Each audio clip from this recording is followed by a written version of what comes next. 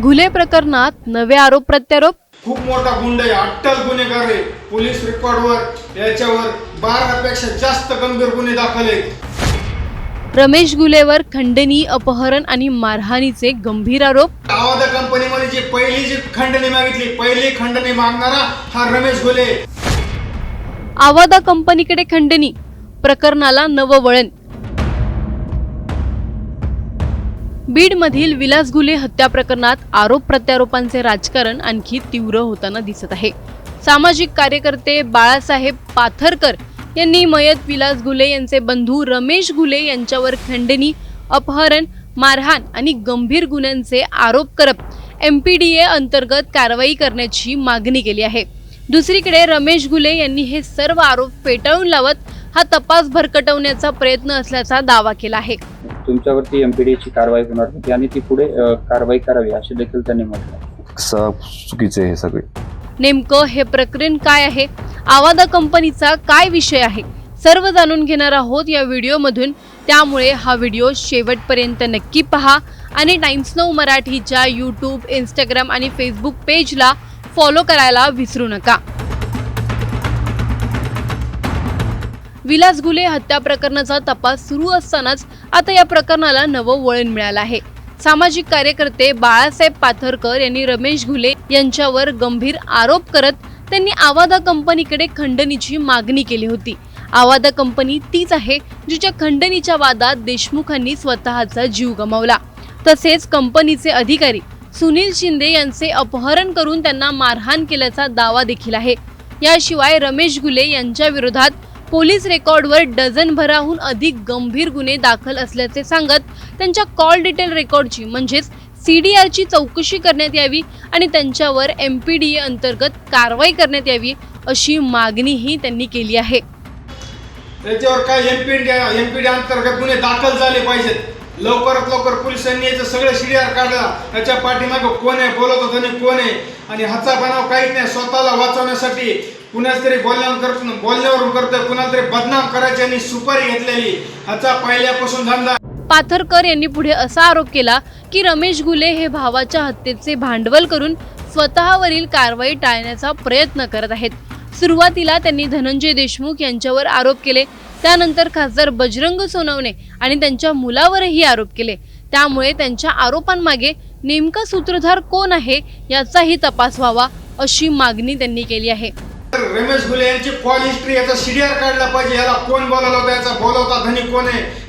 मात्र या सर्व आरोपांवर रमेश घुले यांनी स्पष्ट प्रतिक्रिया देत सर्व दावे फेटाळून लावले आहेत।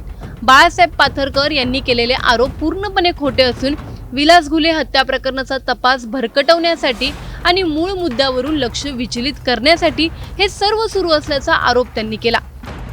ह्या विषयातून कसं डायव्हर्ट करता येईल ह्याचे प्रयत्न चालू आहेत। त्यांनी कितीही काही बदनामी केली तरी मी ह्या न्यायालयीन लढ्यातून माग हटणार नाही। तसेच आपण न्यायालयीन लढा सुरूच ठेवणार असून कोणत्याही दबावाला किंवा बदनामीच्या प्रयत्नांना बळी पडणार नसल्याचं त्यांनी स्पष्ट केलं आहे। वाल्मिक कराड यांच्या सोबतचे फोटो आणि स्वतः विरोधातील गुन्ह्यांबाबत सध्या कोणतेही स्पष्टीकरण देणार नसल्याचेही त्यांनी सांगितले। दरम्यान या आरोपांबाबत अधिकृत तपास यंत्रणांकडून कोणती भूमिका घेतली जाते आणि या नव्या आरोपांची चौकशी होते का याकडे सर्वांचं लक्ष लागलं आहे। नेमका या दोघांचा आरोप प्रत्यारोप काय आहे तो पहा। विलास घुले यांचं मृत्यूचं भांडवल करणारा अट्टल गुन्हेगार रमेश घुले याची सखोल चौकशी झाली पाहिजे। रमेश घुले हा खूप मोठा गुंड आहे, अट्टल गुन्हेगार आहे। पोलीस रेकॉर्डवर याच्यावर 12 पेक्षा जास्त गंभीर गुन्हे दाखल आहेत। याचा हा अट्टहास कशासाठी या की स्वतःला वाचवण्यासाठी याच्यावर MPD सारख्या गुन्हा दाखल होणार आहेत म्हणून त्याच्यासाठी हा भांडवल करतोय। भावाच्या मृत्यूचं कारण हे इकडे त्याच्या स्वतःची ढाल बनवतोय, तो काहीतरी बनाव करून स्वतःला वाचवण्यासाठी स्टंट करतोय। याने अगोदर धनंजय भैया देशमुख यांच्यावर आरोप केला, नंतर खासदार बजरंग बाप्पा सोनवणे यांच्यावर आरोप केला, नंतर त्याच्या मुलावर आरोप केला। अगोदर रमेश घुले यांची कॉल हिस्ट्री याचा CDR काढला पाहिजे। याला कोण बोलावला होता, याचा बोलवता धनी कोण आहे, हा बोलत नाही, ह्याचा बोलवता धनी दुसराच कोणतरी। आणि यांनी याच्या अगोदर आवादा कंपनीमध्ये जी पहिली खंडणी मागितली, पहिली खंडणी मागणारा हा रमेश घुले। आवादा कंपनीच्या अधिकाऱ्याला अपहरण करणारा हाय शिंदे नावाचा अधिकाऱ्याचं अपहरण यांनी केलं होतं. एका हॉटेलमध्ये नेऊन त्या अधिकाऱ्याला मारहाण केली होती. नंतर त्याला त्या अधिकाऱ्याला नगर जिल्ह्यात नेऊन तिथं मारलं होतं. एवढा पोलिसांनी अगोदर याच्यावर काय एमपीडी अंतर्गत गुन्हे दाखल झाले पाहिजेत. लवकरात लवकर पोलिसांनी याचं सगळं शिडीआर काढला. याच्या पाठीमागं कोण आहे, बोलत होतं कोण आहे, आणि हाचा बनाव काहीच नाही. स्वतःला वाचवण्यासाठी कुणाच तरी बोलण्यावरून करतोय, कुणाला तरी बदनाम करायची आणि सुपारी घेतलेली. ह्याचा पहिल्यापासून धंदा. ह्याच्यावर बघा सगळे बलात्कार, खंडणी, चोऱ्या असे गुन्हे दाखल आहेत. पोलीसवाल्यांकडे आमची मागणी प्रशासनाकडे याच्यावर एमपीडी अंतर्गत गुन्हा दाखल झालाच पाहिजे. तुमच्यावर 12 पेक्षा जास्त गंभीर स्वरूपाचे गुन्हे दाखल असल्याचं बाळासाहेब पाथरकर या व्यक्तीनं म्हटलंय आणि त्याने असं देखील म्हटलंय की हे सगळं तुम्ही भांडवल करताय, राजकारण. साप चुकीचं आहे, सगळं चुकीचं आहे. तुमच्यावरती एमपीडीची कारवाई होणार होती आणि ती पुढे कारवाई करावी असे देखील त्यांनी म्हटलंय. साप चुकीचे आहे सगळे. या संदर्भात तुम्ही आता काही पोलीस अधीक्षकांकडे कळवणार आहात का की अशा पद्धतीने वाल्मिक कार्डांसोबतचे सुद्धा तुमचे फोटो जे आहेत ते सोशल मीडियावर व्हायरल केले जातात आणि त्यावरती आरोप केले जातात वेगवेगळ्या प्रकारे तुमच्यावर? नाही, बोलणं काल प्रशासनाला दिलंय ना, त्या आंदोलनाच्या पत्रामध्ये दिलंय, निवेदन जे दिलंय ना त्याच्यामध्ये सगळी पुरेपूर माहिती दिली आहे. मी त्याच्यावर तात्काळ कारवाई करतो म्हणून त्याने आश्वासन दिलंय. जे वाल्मिक कार्डांसोबतचे तुमचे फोटो आहेत किंवा जे काही तुमच्या संदर्भातले FIR व्हायरल होतात त्यावरती तुम्हाला काही तुमची बाजू मांडायची किंवा काही स्पष्टीकरण द्यायचं? नाही, त्याच्यावर काही स्पष्टीकरण द्यायचं नाही. ह्याच्यावर फक्त दाबण्याचा प्रयत्न केला जातोय. ह्या विषयातनं कसं डायव्हर्ट करता येईल ह्याचे प्रयत्न चालू आहेत. मी होणार नाही. त्यांनी कितीही काही बदनामी केली तरी मी ह्या न्यायालयीन लढ्यातून मागं हटणार नाही. हा सगळा दबाव आणण्याचा प्रकार सुरू आहे असं तुम्हाला म्हणायचं? 100% दबाव टाकण्याचा प्रयत्न करतात. विलास घुले यांच्या हत्येनंतर त्यांच्या कुटुंबाला न्याय मिळण्याची अपेक्षा आहे. मात्र आता या प्रकरणात रोज नवे आरोप, नवे दावे आणि नवे प्रतिदावे समोर येत आहेत. अशा परिस्थितीत सत्य काय आहे हे केवळ निष्पक्ष आणि पारदर्शक तपासातूनच समोर येऊ शकतं. कोणत्याही व्यक्तीवर आरोप झाले म्हणजे तो दोषी ठरत नाही आणि कोणाचाही दावा अंतिम सत्य ठरत नाही. त्यामुळे या प्रकरणात सत्य बाहेर येणं, दोषींवर कारवाई होणं आणि न्याय व्यवस्थेवरचा विश्वास कायम राहणं हेच सर्वात महत्त्वाचं आहे. या प्रकरणात पुढे कोणते नवे खुलासे होतात हे येणारी वेळच ठरवेल. अशाच विश्वासार्ह आणि सविस्तर बातम्यांसाठी पाहत राहा टाइम्स नाऊ मराठी.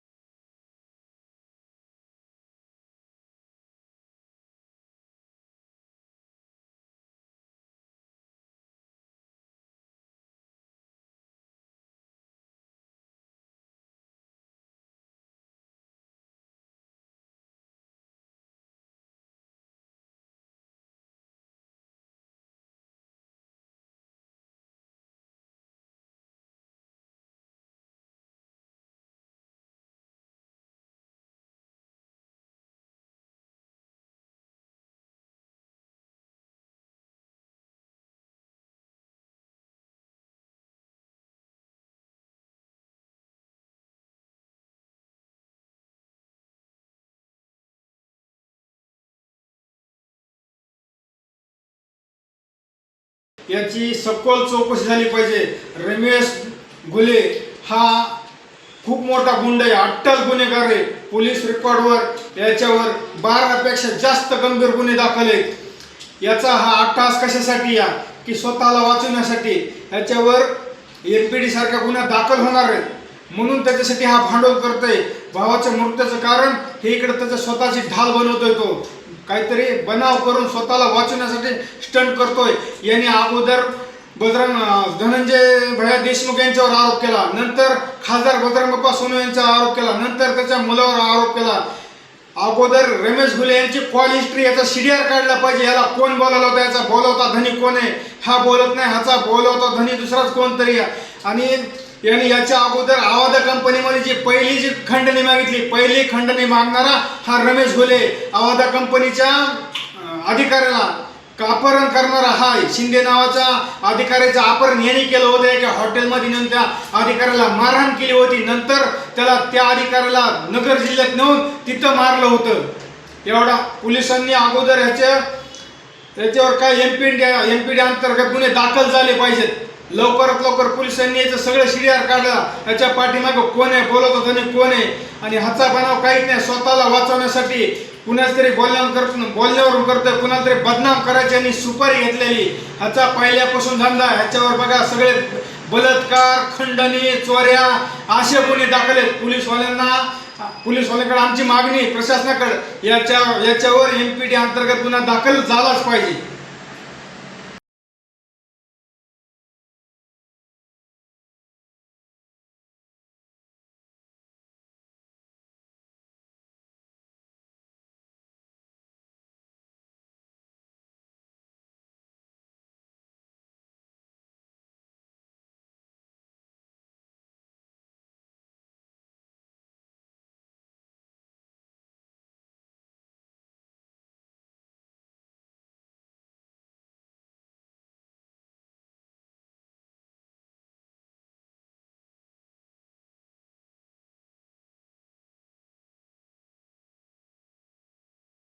तुमच्यावर 12पेक्षा जास्त गंभीर स्वरूपाचे गुन्हे दाखल असल्याचं बाळासाहेब पाथरकर या व्यक्तीने म्हटलंय आणि त्याने असं देखील म्हटलंय की हे सगळं तुम्ही भांडवल करताय, राजकारण. साप चुकीचं आहे, सगळं चुकीचं आहे.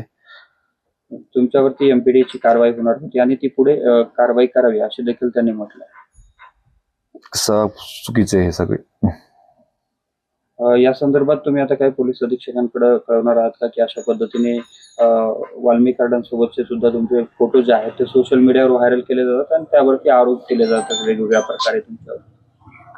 नाही बोलणं काल प्रशासनाला दिले ना, त्या आंदोलनाच्या पत्रामध्ये दिलंय, निवेदन जे दिलंय ना त्याच्यामध्ये सगळी पुरेपूर माहिती दिली आहे. मी त्याच्यावर तात्काळ कारवाई करतो म्हणून त्यांनी आश्वासन दिलंय. तर जे वाल्मी कार्डांसोबतचे तुमचे फोटो आहेत किंवा जे काही तुमच्या संदर्भातले FIR व्हायरल होतात त्यावरती तुम्हाला काही तुमची बाजू मांडायची किंवा काही स्पष्टीकरण द्यायचं? नाही, त्याच्यावर काही स्पष्टीकरण द्यायचं नाही. ह्याच्यावर फक्त दाबण्याचा प्रयत्न केला जातोय.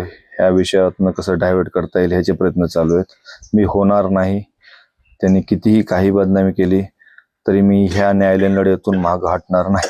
हा सगळा दबाव आणण्याचा प्रकार सुरू आहे असं तुम्हाला म्हणाल? 100% दबाव टाकण्याचा प्रयत्न करतात.